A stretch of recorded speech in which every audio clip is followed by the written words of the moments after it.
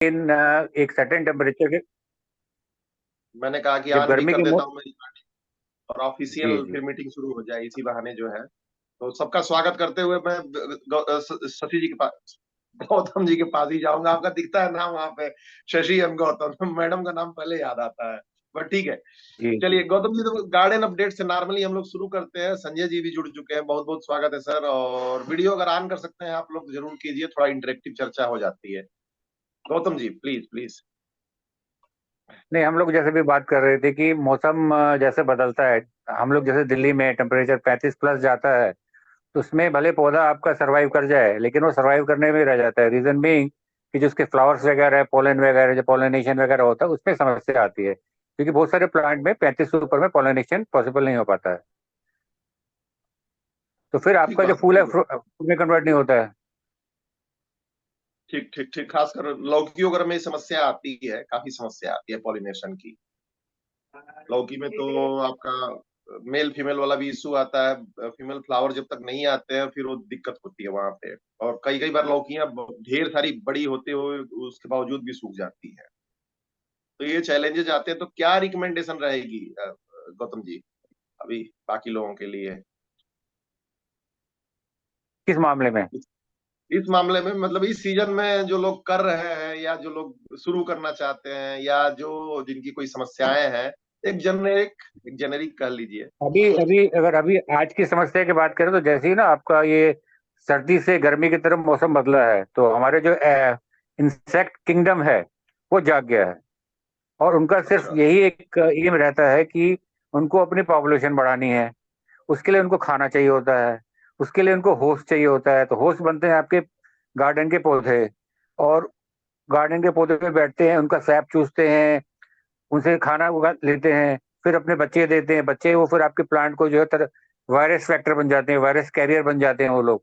जो उनके जो अंडे वगैरह होते हैं, जो उनके जो लार्वे होते हैं, वायरस फैक्टर बन के फिर आपके पौधों को तरह तरह से वो नुकसान पहुंचाते हैं।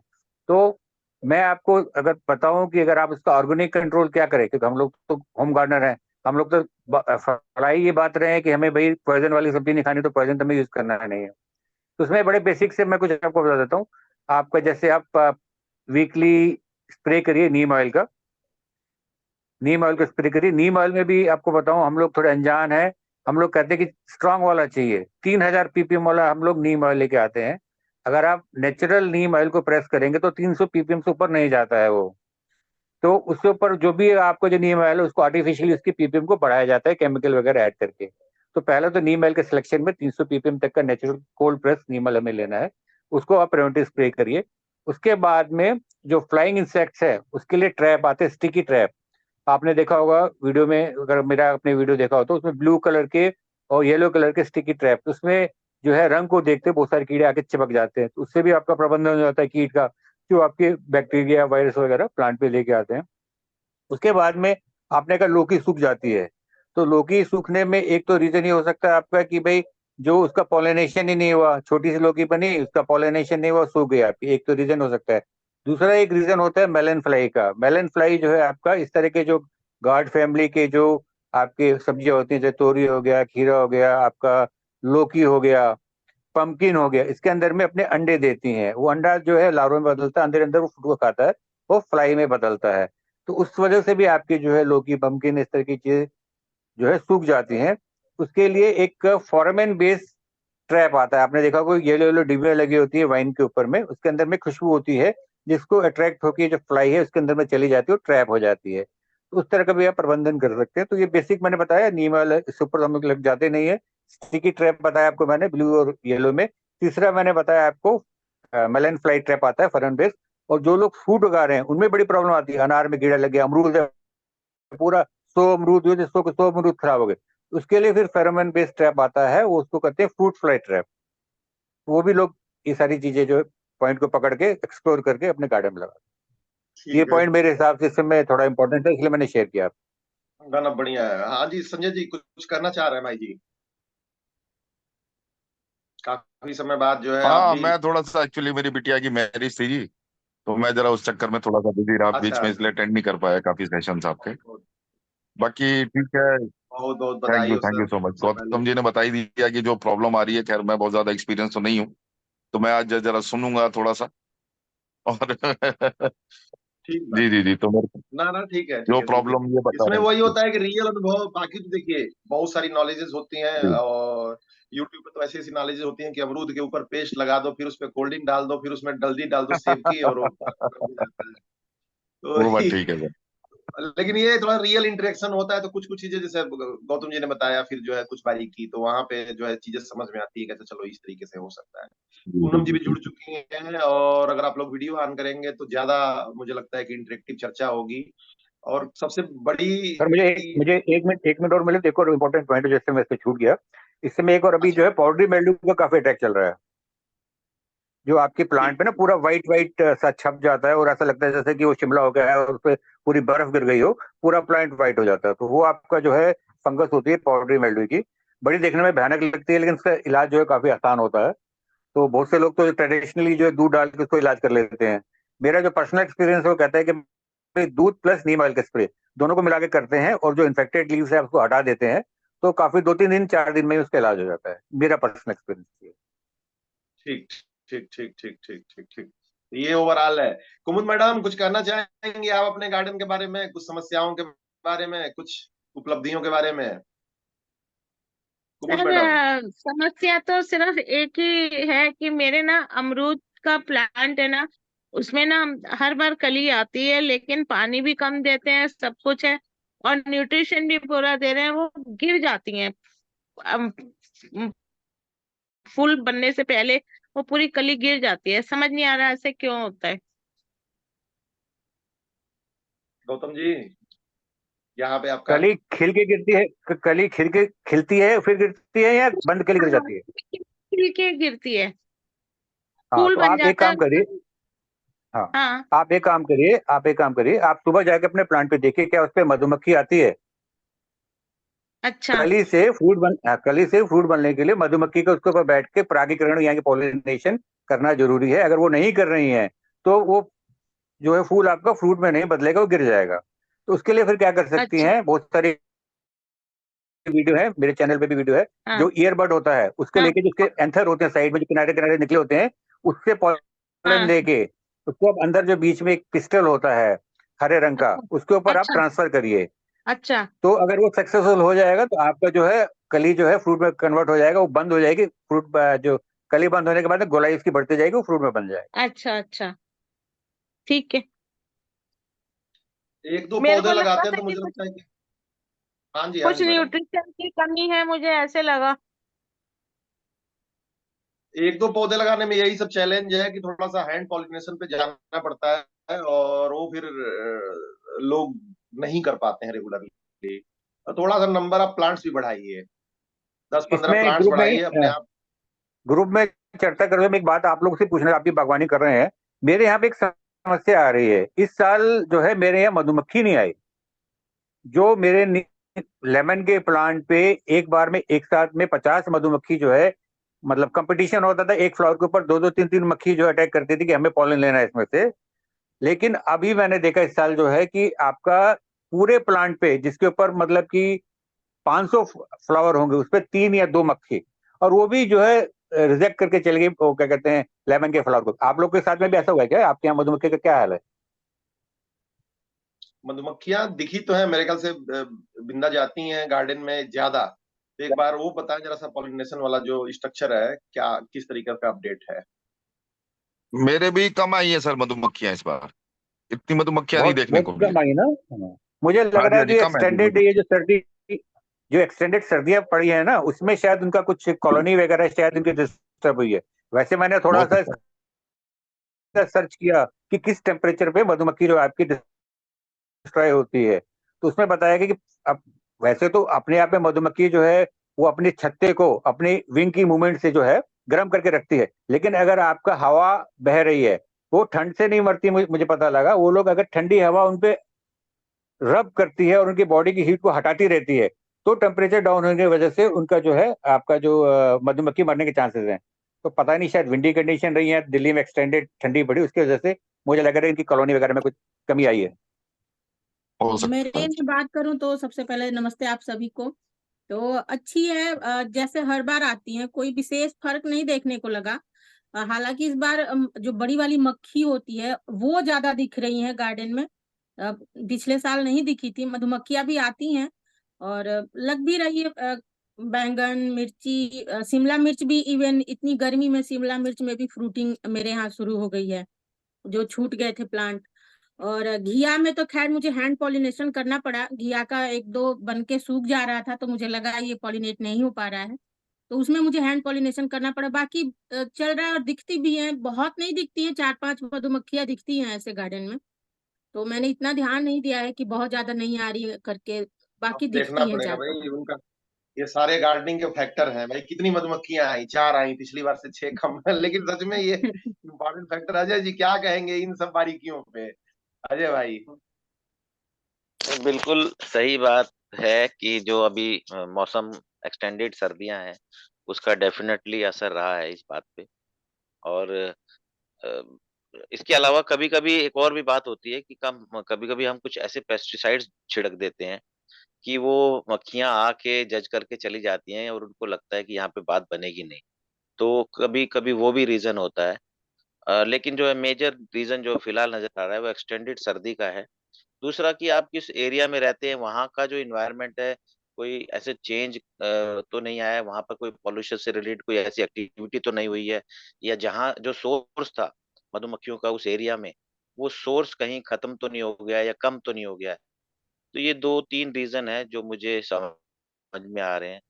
तो वो कहीं अब अभी ढूंढने ही पड़ेंगे वो सोर्स किस एरिया से वो मधुमक्खियां ज्यादा होती हैं। तो हमें वहां पर भी कुछ ना कुछ पॉजिटिवली करना पड़ेगा। लेकिन जो है थोड़ा इस पर ध्यान तो देना ही पड़ेगा मिलके जो है एनवायरनमेंट पे। सुनील जी नहीं नहीं, फरीदाबाद में देखिए है, मिथिलेश जी आपके वेस्ट दिल्ली में है, मैं ईस्ट दिल्ली में हूँ। ठीक है। ये तो पूरे जोन का ही मुझे लग रहा है कि मधुमक्खियां कम आ रही हैं। आप तीनों लोग बोल रहे हैं मधुमक्खियां कम आ रही, तो ये मतलब कोई लोकलाइज कोई पॉल्यूशन चेंज है? मुझे यहाँ तो मैंने जो बताया एक्सटेंडेड जो विंटर है उसकी वजह से है, पता नहीं क्या है। बहुत कम हो गई है। मतलब मेरे यहाँ पे मैंने जैसे बताया कि लेमन पे जो फर्स्ट फ्लश आता था आपका जनवरी का, दिसंबर जनवरी का जो फूल आते थे, उसमें एक एक फूल पे 3-3 मधुमक्खी में कंपटीशन रहता था। और इतनी जरूरत रहती थी उनको खाने की, जो बर्ड अभी बंद है उसको भी वो खोल के अंदर घुस के उसमें से पोलन निकालने की कोशिश करती थी। इसमें मैं एक एग्जांपल बताना चाहूंगा मिथिलेश जी की मुझे याद है, एक पिछले साल की बात है। पिछले साल में फरवरी के लास्ट में जो है मधुमक्खियों का छत्ता जो है लग गया था किसी एक खास जगह पे। और इस साल भी उसी खास जगह पे वो मधुमक्खियों का छत्ता लगने की कोशिश हुई, लेकिन वो 1-1.25 महीने के बाद आई है वो मधुमक्खियां। तो डेफिनेटली जो ये बात हमारी हो रही है कि एनवायरनमेंट का एक्सटेंडेड जो है विंटर जो रहा है उसका डेफिनेटली। ठीक बात है, ठीक बात है। नहीं देखिए ये सारी एग्जांपल्स हैं। मेन सबसे बड़ा जो चैलेंज जो मैं देख पा रहा हूँ कि इन सब विषयों पे मतलब जानकारी नहीं है। अब मैंने भी देखिए गार्डनिंग में तो है हम लोग, लेकिन मैंने इस नजरिए से नहीं देखा था। तो पहले तो गौतम जी को बहुत शुक्रिया कि इस तरह के फैक्टर्स को सामने जितना हम लाएंगे, और कृषि क्षेत्र में इनकी बहुत जरूरत है। चाहे देख लीजिए, अब पेस्टिसाइड्स की भी आपने बात की। अब इन बारीकियों को जब तक आदमी नहीं समझेगा वो समझिए कि मैदान से बाहर फ्रस्ट्रेट होता रहेगा। ठीक है, जैसे पॉलिनेशन वाली बात हुई, अमरूद वाली बात हुई, या इनकी चीजों पे अब सच में देखना पड़ेगा। हालांकि तितलियां, मैं बताऊं हकीकत में कि दिखी हैं तितलियां अच्छी खासी संख्या में, और अक्सर दिखती है मेरे गार्डन में। मधुमक्खियों मतलब उतनी मतलब उस दृष्टि से मैंने नहीं देखा है, लेकिन अब थोड़ा गौर करना पड़ेगा कि। और जब आप लोग कह रहे हैं कि नहीं एक्सटेंडेड इन्वायरमेंट का असर है, और एक मजाक के नोट में मैं कह दूं कि कहीं ऐसा तो नहीं है सर कि मधुमक्खियों का पालन सारे लोग कर रहे हैं तो सारी मधुमक्खियां उनके चले पास चली जा रही हैं और वो इन्वायरमेंट में बची नहीं रही है। तो एक आप मिथिलेश जी एक मधुमक्खियों को नहीं, आप मधुमक्खी को कितना भी पाल लें, खाना लेने के हमको फूल पे जाना ही पड़ेगा। जाना ही पड़ेगा, बिल्कुल ठीक बात। वहां एक पे वो लोग बाक्स में बंद कर। ठीक है सर, मिथिलेश हाँ जी संजय एक जी। एक एक एक प्रॉब्लम मैं डिस्कस करना चाहता हूँ। मैंने देखा पिछले 1-1.5 महीने में मेरे कई प्लांट्स में डाई बैक बहुत हो रहा है जी। क्या आपके साथ भी ऐसा कुछ है क्या? मतलब मेरे 4-5 अच्छे प्लांट्स है उनमें डाई बैक हो रहा है और आहिस्ता आहिस्ता वो मरता चला जा रहा है जी। टमाटर में कौन से दिखा प्लांट है? है, लौकियों में भी दिखा है, और मुझे लगता है कि ये इन्वायरमेंट का ही नहीं, ब्रेड ब्रेड पनीर सब्जियों के साथ तो खैर दिक्कत आती है, सब्जियों में तो अक्सर ही कुछ सब्जियां सूख जाती हैं, बट बड़े प्लांट में इतनी दिक्कत नहीं आती है, जो पहले से जमे जमाए हैं। मिर्च वगैरह का नहीं भी मेरा अभी नहीं, मेरा एक सेब का है जी, वो डाई बैक हो गया। एक रुद्राक्ष का था, वो डाई बैक हो गया। एक चेरी का था, वो डाई बैक हो गया। मेरे कई प्लांट्स में ही प्रॉब्लम आ रही है, पता नहीं क्यों। और पिछले 1-1.5 महीने में ही सारी समस्याएं आई ये। ये कोई दिखा गौतम है जी ये आपके पास कोई पुख्ता इलाज है कि गौतम जी के पास शायद हो कोई इसका सॉल्यूशन? देखिए सर, मेरी जहां तक समझ में आता है कि अगर जो डायबैक हो रहा है, ठीक है, तो जी। वो वेदर कंडीशन के हिसाब से हो रहा होगा। सर्दी रही है, फंगल वगैरह कुछ हुआ उसमें, ऐसा हुआ। तो प्रिवेंशन में आपको बता सकता हूँ कि लोग कहते हैं कि भैया जो व्हाइट पोर्शन है उससे नीचे थोड़ा सा हरा पोर्शन में आप उसको कट कट कर दीजिए और फंगिसाइड वगैरह लगा के उसको बचाने की कोशिश कीजिए। ठीक है जी। फंगीसाइड अच्छा कौन सा है सर? मैं तो साफ यूज करता हूँ, क्या वो ठीक है? यही चलते हैं सर, यही चलते हैं। बेस्टावीन शायद है, मुझे तो नाम भी नहीं पता क्योंकि मैं तो नीम आइल ऊपर जाता ही नहीं हूँ। और जब बविस्टीन, लेकिन एक हाँ, साफ बविस्टीन आता है। यूजली यूजली हाँ, यूजली साफ ही होते हैं। और ट्रेडिशनली आप क्या कहते हैं, हल्दी वगैरह पेस्ट बना के लगा देते हैं। वो तो हल्दी तो मैं लगा रहा हूँ जी, हल्दी तो लगा रहा हूँ उसके आसपास। हाँ, हल्दी लगा सकते हैं। और तो जब नीम आप ऑयल से काटें कंट्रोल उसी हो टाइम जाता है आप। जी? नीम ऑयल तो मैं भी सर यूज कर रहा देखिए, हूँ रेगुलरली, हर 15 डेज में करता हूँ पूरे हो, प्लांट्स पे। होता क्या है ना सर कि हमने एक पॉलिसी डिसीजन लिया हुआ है, हो चाहे ना हो, इस ये रेखा क्रॉस नहीं करनी है। ओके। धीरे धीरे उस ठीक है दिशा सर। में चीजें आगे बढ़ती हैं। अजय भाई कुछ हाँ, कहना वो चाहेंगे हम इस लोग जाते ही नहीं, पौधा खराब हो जाए कोई बात है, साफ नहीं यूज करना है। नीम आपने जैसे उसको कट के उसी टाइम उसको आप स्प्रे करिए, उसके बाद पेस्ट लगा दीजिए। बहुत से लोग तो गांव वाले जो होते हैं, इवन जो बड़े जो एक्सपर्ट भी हैं, वो भी गोबर लगाते हैं। गोबर। जी जी जी। गोबर भी लगा देते हैं। कट वो करने मैंने के नहीं बाद लगाया, वहां बट पे मैंने बहुत सारे जो प्रूनिंग वगैरह करते हैं ना, जैसे बड़ी बड़ी प्रूनिंग करते हैं प्रूनिंग अपने प्रूनिंग में प्लांट्स लगती है वगैरह की, वो फट से उसी टाइम गोबर लगा देते हैं। Okay pruning sir. में ओके। गोबर लगता है, उसका असर भी पड़ता है वहां पे। एक्चुअली आते भी नहीं है फंगिसाइड वगैरह बहुत ज्यादा। और सूखने की भी संभावना है, क्योंकि जब सूखना स्टार्ट होता है ना पौधा, तो नीचे तक चला आता है वो बिल्कुल। पता चला कि आपने कट जहां से लगाया है उसके नीचे तक वो पूरा का पूरा सूख गया वो एक लेवल पे। तो एक ये भी चैलेंज होता है मुझे लगता है। और जी। हाँ, उसको बचाने का वही एक तरीका है आपके पास में, कि उसको आप जो है हरे वाले पार्ट में काट के, बचना होगा तो बच जाएगा। आप बिल्कुल एकदम पास से काटेंगे तो हो सकता है जो ग्रीन पार्ट है उसके अंदर भी वो डिजीज हो, तो थोड़ा सा एक्स्ट्रा लेके काट के ही उसको बचाने की कोशिश करनी चाहिए। ठीक है सर। ठीक है सर, थैंक यू। ये प्लांट टू प्लांट भी आई थिंक डिपेंड करता है गौतम जी, अलग अलग प्लांट्स में। और खासकर जो फ्रूट या बड़े प्लांट्स हैं उनमें ये ज्यादा चीजें हैं। सब्जी वाले में ये है कि जो सूखना स्टार्ट हुआ तो लगभग वो सूख ही जाता है, उसमें तो कोई बहुत ज्यादा क्योर नहीं, वो हो तो ही नहीं सूख सकता। जाएगा। हाँ, सब्जी वो वगैरह फिर में ज्यादातर प्रॉब्लम जो है रूट्स की तरफ से आती है। रूट्स की तरफ जाती है। हाँ बिल्कुल ठीक है, वहां पे चीजें आ जाती है। और एक ये भी है कि मतलब जो चीज ग्रो हो रही है, अगर उस पर थोड़ा ज्यादा फोकस करें हम लोग, जो इन्वायरमेंट में ग्रो कर रहा है, बजाय कि थोड़ा सा ऐसी चीजों पे कि चलो दिल्ली के इन्वायरमेंट में फिट नहीं है, बहुत ज्यादा लगाने को तो बहुत सारी चीजें लग जाती है। लेकिन नींबू अगर आसानी से हो जाता है, अमरूद आसानी से हो जाता है, तो उसी उसी की अगर संख्या बढ़ा दें हम, तो ऐसा होता है कि चलो एक ये लगा लेंगे, एक ये लगा देंगे। अब ऑल स्पाइसेस का प्लांट चला है बहुत ज्यादा। अब कई लोग मंगा रहे हैं और इधर उधर से मंगा के, और फिर वो बता रहे हैं कि नहीं नहीं सूख जा रहा है, उसकी पत्तियां ही सूख जा रही है, मिथिलेश जी मैं मिथिलेश क्या जी, करूँ। अगर आपने क्वेश्चन पूछने चाहिए, गौतम जी आप मुस्कुरा कर रहे हो, आपने कहा जी संख्या बढ़ानी चाहिए। इससे में मेरे पास जो है 4 अमरूद के पौधे हो गए। देखिए जो हो रहा है ना उसकी संख्या बढ़ाई है, रादर देन की चलो ये भी ले लें ये भी ले लें। जो जैसे इजी अभी हो क्या रहा हुआ है। कि रेड डायमंड वैरायटी का नाम बहुत सुना था, तो मैंने 2 रेड डायमंड के लिए हैं। मेरे पास एक पुराना 5 साल पुराना जो है इलाहाबाद 49 या लखनऊ 49 जिसको कहते हैं, एक वो है आपके पास। एक मैंने भी 2 साल पहले लिया था, वो उसकी वैरायटी मुझे पता नहीं, बट बड़े अच्छे मीठे अमरूद आते हैं। एक वो है, अभी मेरे पास 4 अमरूद हो गए हैं, 2 अनार हो गए हैं। ना ठीक है, छोटे छोटे हैं, हो बड़े रहा है नहीं जो हुए लेकिन। उसको आगे बढ़ाते जाए, मुझे लग रहा है कि वो आसानी अनार भी अच्छे तरीके से हो जाता है इस इन्वायरमेंट पे। तो उसमें 3 4 5 लगा दें और होगा ही कितना, जितना भी नहीं, होगा मैं उतना सब्जी होगा। यहाँ ये कहूंगी कि जो हो रहा है हो तो हो, लगाएं, कुछ नया भी ट्राई करें। मिर्च टमाटर बैंगन हमारे यहाँ खूब होता है, लेकिन हमने इस साल घिया भी ट्राई किया है। तो ऐसा थोड़ा है कि जो टमाटर खूब हो रहा है तो सिर्फ टमाटर ही खाएंगे। तो कुछ नया भी ट्राई करें और कम मात्रा में करें, अगर खराब भी होता है तो ज्यादा नुकसान ना हो। घिया का हमने भी ठीक है, 4 ये हम पौधे। लोग। हाँ जी गौतम जी। घिया की बात करें तो घिया की जिस वाइन पे, जिस बेल पे आपकी धूप पूरी मिलेगी, उसी पे आपका फल आएगा। तो हर जो एक वाइन मतलब आपका जो ब्रांच है, उसको आप ऐसे फैलाइए कि उसको पूरा जो है मैक्सिमम धूप मिले, तो उसमें ज्यादा पॉसिबिलिटी होगी। कोई कहता है 4 ही आया, मेरे यहाँ 4 ही आता है, क्योंकि मेरे यहाँ एक ही ब्रांच को फैलाने की जगह है।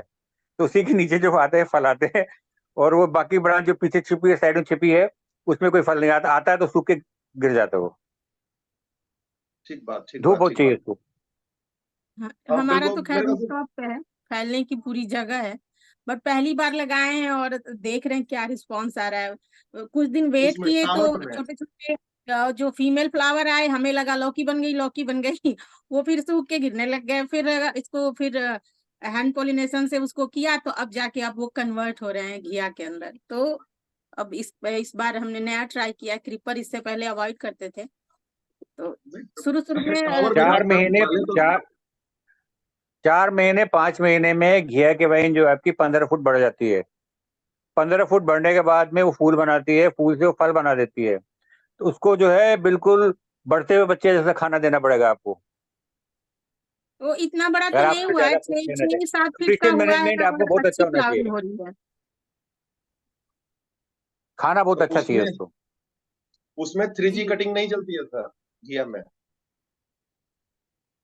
3G कटिंग मैंने सिखाई लोगों को बहुत, लेकिन फिर अब मैं इस निष्कर्ष पे पहुंचा हूं कि अगर आप होम गार्डन में है, लिमिटेड रिसोर्सेज के साथ में घिया उगा रहे हैं और गमले में उगा रहे हैं, तो भाई साहब जो उग रहा है उसको ले लीजिए, 3G कटिंग मत करिए।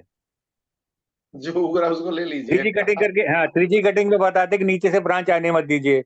मैंने इस बार छोड़ा तो मेरे क्या कहते हैं 2 घिए जो है 1 फुट की हाइट पे निकले। अब मैं उधर को उन ब्रांच को काट देता तो घिए में मिस कर जाता। अगर टोटल मेरे 6 आए थे या 7 आए थे, उसमें से 2 कम हो के मेरे पास 5 ही बचते।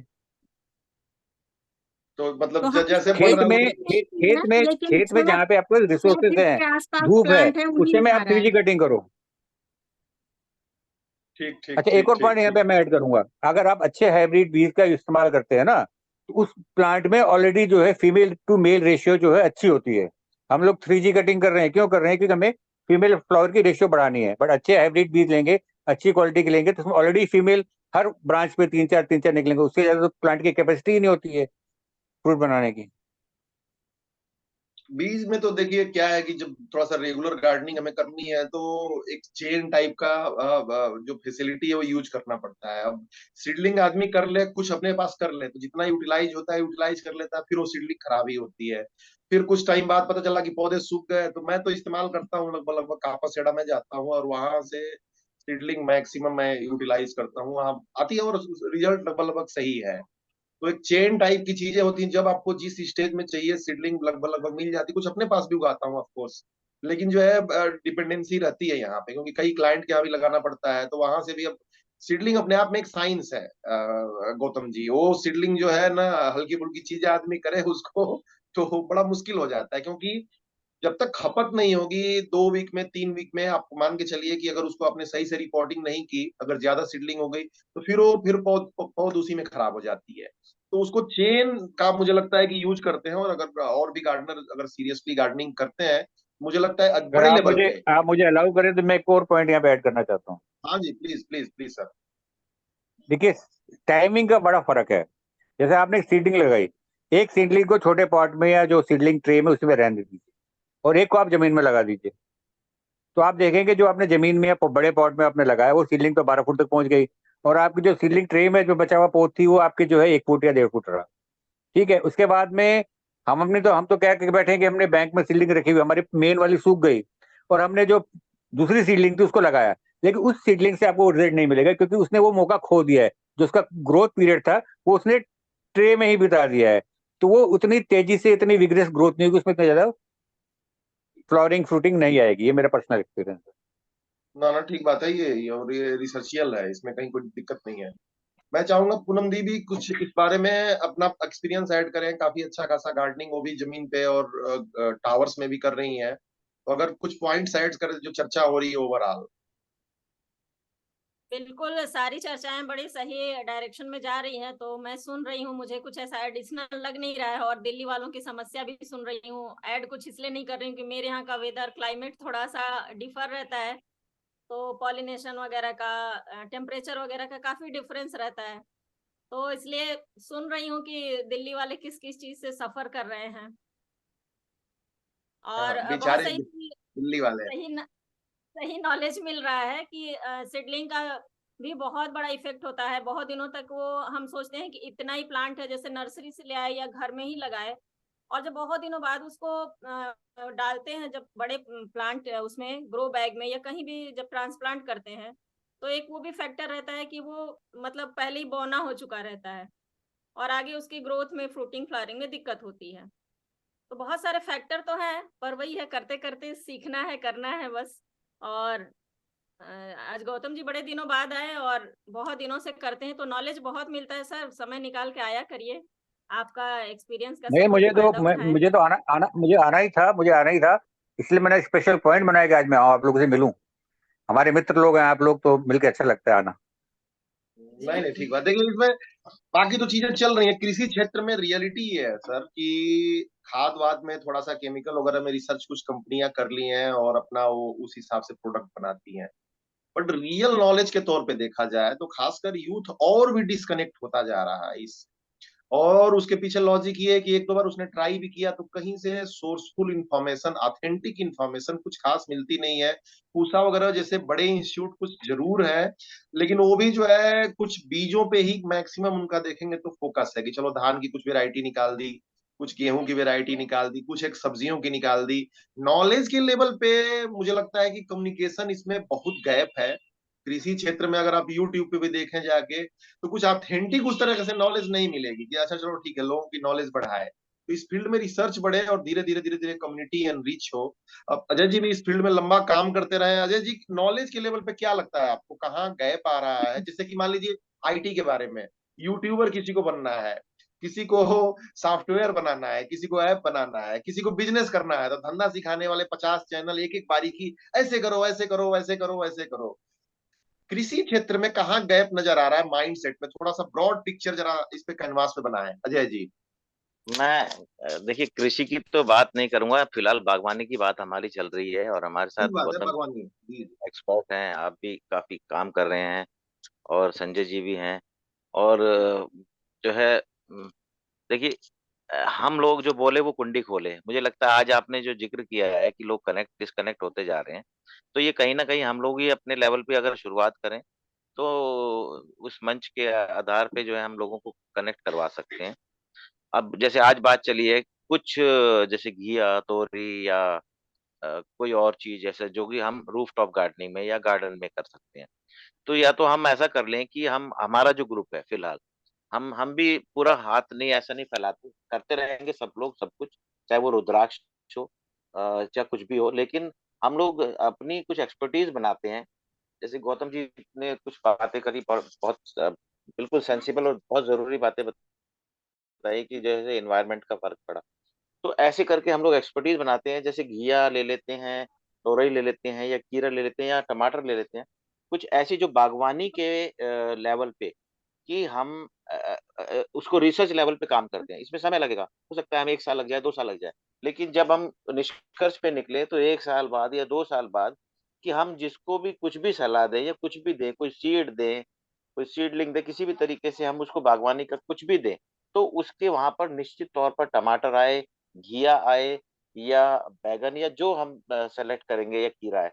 हम 2 या 3 ऐसी चीजें पक्की ऐसी कर लेते हैं, भी ले सकते हैं कि गौरी जी भी सलाह दे सकते हैं, जी भी सकते हैं, हम कोई भी दे सकते हैं। हम इन पर हम लोग एक्सटेंसिवली रिसर्च लेवल पर रूफ टॉप गार्डनिंग या जो बालकनी गार्डनिंग है या कोई होम गार्डनिंग है उस पर हम काम करें। लेकिन ये हमारी ऐसी होगी कि डेफिनेटली अगर कोई वेज रूफ ग्रुप का पार्ट बनता है तो उसको ये वाले रिजल्ट तो गारंटी से मिलेंगे। इस पर हम लोग काम कर सकते हैं, तो उसमें मैं भी साथ आपके। लंबी, काफी लंबी जर्नी है और एक्सपेरिमेंटल जर्नी है। और ऑफ कोर्स जैसे जैसे आदमी एक्सपेरिमेंट करता है तो, और कृषि क्षेत्र ऐसा है कि अब उसमें केमिकल लैब में आप मिलाएंगे, चलो एक उसमें फनल से दूसरे फनल में तो तुरंत ही रिजल्ट कुछ ना कुछ आएगा। कृषि क्षेत्र में ऐसा है, कुछ आज आप एक्सपेरिमेंट कर रहे हैं, 3 महीने बाद रिजल्ट आ रहा है, 4 महीने बाद रिजल्ट आ रहा है। तो ये मैं जो पॉइंट करना चाह रहा हूँ कि इसके अलावा और भी लोग काफी काम कर रहे हैं। तो आप लोगों के सर्कल में भी अजय जी से जुड़े बहुत सारे कृषि एक्सपर्ट हैं, तो हम लोग तो करेंगे ही करेंगे। और आप लोगों से भी जो जुड़े हैं उनको रिक्वेस्ट करके पैनल पे आप लोग लाइए, उन लोगों के एक्सपीरियंस का भी लाभ मिले। मुझे लगता है कि ये जर्नी और ज्यादा आसान हो जाएगी। अभी मेरे ख्याल से पूनम दी ने बात किया था अभी, कौन डायरेक्टर थे, किसका दी, एक बार जरा एक्सपीरियंस बताइएगा। हॉर्टिकल्चर के डायरेक्टर हैं छत्तीसगढ़ के। अच्छा ठीक है, तो एक बार रिक्वेस्ट करके अगर ये लोग आ सकते हैं पैनल पे, कुछ एक्नॉलेज मिल जाए, तो ऐसे लोग भी जो इंडिविजुअल लेवल पे मतलब काम कर रहे हैं, कुछ ना कुछ नॉलेज रखते हैं, आई थिंक वो चीज ज्यादा और भी ज्यादा बेनिफिशियल होगी। तो रिक्वेस्ट करके थोड़ा लाना पड़े, तो उन लोगों की बात सुनते हैं, उनको भी लगेगा कि चलो यार, कृषि एक्सपर्ट को भी पूछा जाता है, केवल मोटिवेशनल गुरुओं की बाहर नहीं है, कृषि एक्सपर्ट को भी 10 लोग सुनते हैं आंख बंद करके, चलो ठीक है क्या है किस तरीके से। तो बहुत सारे लोग हैं, मैं भी कोशिश करूंगा, और मुझे लगता है कि ये चीज ज्यादा बेनिफिशियल होगी, लोगों का इंटरेस्ट भी आएगा। और आज सच में बहुत अच्छी चर्चा हुई, इंसाइटफुल चर्चा हुई। तो थोड़ा एक शेप लेने में टाइम लगेगा, एक ही दिन में चीजें शेप नहीं लेंगी। तो इंटरेस्ट हम लोग बनाए रखते हैं, लेट्स सी कि थोड़ा सा कृषि क्षेत्र में भी लोग आए, नए नए रिसर्चर्स आए। हाँ जय जी, कुछ कहना चाहते हैं? एक एक संजय जी ने जिक्र किया था कि उनके रुद्राक्ष के पौधे और ऐसा कुछ आ, आ, वैसे मैं बता दूं संजय जी, मिथिलेश जी जो सॉइल प्रिपेयर करते हैं, उस सॉइल जी। वो काफी दमदार है। हम शायद अभी कुछ रिसर्च जो चल रही है इनकी कर ली है, इन्होंने हो चुकी है, लेकिन वो जो सॉइल है इतना जबरदस्त है कि मुझे लगता है कि आपकी वो समस्या नहीं आएगी। आप एक या दो पौधों में जरूर मिथिलेश जी से वो सॉइल जो प्रिपेयर ये करते हैं, बड़ा चमत्कारी सॉइल करते हैं, तो मुझे अच्छा। लगता चमत्कारी है सवाल है। देखिए उसमें कोई एक एक एक एक मुझे एक चीज मैं मालूम पूछना है। चाह रहा था सर, हिया जी जो है वो एक भूअस्त्र करके डील कर रही है प्रोडक्ट में, क्या किसी ने यूज किया है जी? अच्छा है वो, या फिर वो जीवामृत का सब्स्टिट्यूट है? मुझे आइडिया नहीं है, मैंने उनका एक बार तो जिक्र किया था, मतलब उन्होंने बताया था जी जी जी। जो नहीं नहीं, भूअस्त्र वो के बारे में। हिया जी इस ग्रुप में आई थी एक दो बार बीच में। नहीं वो बड़े आप जो बैग है, में मैं होता है। बता ही देता हूँ, हिया जी के साथी एसोसिएट है आप अजय जी भी, और अच्छा, इसी ओके क्षेत्र ओके में ओके काम ओके, कर रहे हैं। अच्छा। और भू वस्त्र आप ठीक है भी ठीक। प्रोवाइड कर सकते हैं, और आप लोग भी मंगा के उसको जरूर ट्रायल कीजिए। अभी मैंने उस चीज को शुरू किया है धीरे धीरे करके, और जैसे जैसे रिजल्ट आएगा, क्योंकि धीरे धीरे हमें लंबी यात्रा पे जाना है, और इसके अलावा सीबीड वगैरह भी चीजें आती है। तो जो सॉइल मैं प्रिपेयर करता हूँ, मैं आप लोगों को बताता हूँ कि लगभग लगभग 5 हिस्सा के आसपास मिट्टी लेता हूँ, गार्डन से खरीदता ही हूँ लगभग। उसके बाद नीम खली 3 हिस्से के आसपास डालते हैं। कोकोपीट भी अब रेगुलर उसमें डाल रहा हूँ गर्मियों में, उससे पहले राई सस में डालता था, थोड़ा सा रेता भी मिला लिया। तो ये एक मोटा तौर प्रोफेशन हो रहा है। अब भू अस्त्र मैंने लिया है अजय जी से, और कुछ एक एक्सपेरिमेंट्स में मैं वो देखूंगा, अब आगे धीरे धीरे रिजल्ट आएगा। हालांकि बता रहे हैं अजय जी की काफी सक्सेसफुल है वो अपने लेवल पे, और ऑर्गेनिक भी है। तो ऑर्गेनिक वाला वही गौतम जी बता रहे थे कि जो लाइन खींच दिए हैं वो वहां पे, हालांकि मेरी मैडम जो है बिंदा जी उसका देख रही थी, उसका पीछे करेंगे, आगे पीछे तो कुछ लिखा ही नहीं है इस पे वो ह्यूमिक एसिड और बाकी चीजों की चीजें, तो बोला कि सारा सीक्रेट बता ही देंगे, तो फिर जो है वो फिर होता है। जब हमने एक्चुअली कंपनी मैं शुरू देख रही थी कि किस किस जैसे लिखा रहता है ना, किस में क्या क्या मिला के बनाए हैं, क्या तैयार कर रहे हैं। और हम ह्यूमिक एसिड का ऐसे चाह रहे थे प्रयोग करना अपने गार्डन में, कहीं से हमें सजेशन मिली थी। तो मैं वो देख रही थी कि कहीं इसमें ह्यूमिक एसिड हो ऑलरेडी, तो हम ना डालें। तो वो मुझे कहीं नहीं दिखा, तो मैं मिथिलेश जी से चर्चा कर रही थी कि इसमें तो बताया ही नहीं इन्होंने क्या क्या डाल के बना रखा है। तो यहाँ से रहे थे बोल रहे हैं कि सब कुछ बता देंगे तो तुम नहीं कर लोगी। भाई बिजनेस ये सीक्रेट होता है, हालांकि मैं, मैं भी भूअस्त्र यूज करना चाहता हूँ सर, मेरे को भी एक पैकेट मंगाना है, जितना भी हो, 5 kilo 10 kilo, I don't know. Ajay ji का नंबर अभी ग्रुप में उन फिर पिंग कर देंगे, आप एक बार लीजिएगा। और जरूर देखिए जितनी नई चीजें आती हैं, क्योंकि इतना वास्ट क्षेत्र है गौतम जी, इसमें समझिए कि समुद्र है और हम एक बूंद भी नहीं है। ट्रूथ यही जी है, जी बिल्कुल ये समुद्र है। बिल्कुल। और इसमें जितने खिलाड़ी आके जितने एक्सपेरिमेंट करेंगे, मुझे लगता है कि जैसे कि अब गार्डनिंग का, टावर गार्डनिंग का एक्सपेरिमेंट हो रहा है, कुछ लोग एक्सपेरिमेंट कर रहे हैं भू अस्त्र का, कुछ और भी एक्सपेरिमेंट करेंगे किसी और फ्रूटिंग का, सीडलिंग का। मुझे लगता है कि सारे एक्सपेरिमेंट इसमें समा जाएंगे, और हमारा आता पता नहीं चलेगा कि हम लोग किस कोने यहाँ पे, क्योंकि कुछ जी नहीं जी हुआ है अभी देखा जाए और तो फिर टेक्निकली। उसके बाद ना लोग कंफ्यूज होकर छोड़ के भाग जाएंगे। इसीलिए मिथिलेश गार्डनिंग को बहुत सिंपल रखिए, इतना कायम कॉम्प्लिकेटेड मत बनाइए। मिथिलेश जी इसीलिए कायम मैंने कहा। अच्छे वेदर में प्लांट लगाइए, टाइमिंग से रखिए। सचिन तेंदुलकर स्ट्रोक मारता है टाइमिंग की वजह से, छक्का लगता है। तो प्लांट लगाने की टाइम खत्म टाइमिंग को हो रहा सही है सर, रखिए। टाइम खत्म हो रहा है, ये न्यूट्रिशन बस को बैलेंस लास्ट में न्यूट्रिशन है, 10 दीजिए। सेकंड। ह्यूमिक एसिड क्या होता है और ये एसिड क्या होता है, अरे सर, आप क्या कहते हैं, कोई खेती थोड़ी कर रहे हो कि ह्यूमिक एसिड डाल रहे हो, उसके अंदर में अमोनिया एसिड डाल रहे हो, फॉलिक एसिड डाल रहे हो। आप एक बैलेंस फर्टिलाइजर लीजिए सर, उसके अंदर में डालिए और निश्चिंत हो जाइए, कीड़े से बचाइए, अच्छे सीड इस्तेमाल करिए, अच्छे मौसम में गर्मी लगे तो पानी दीजिए।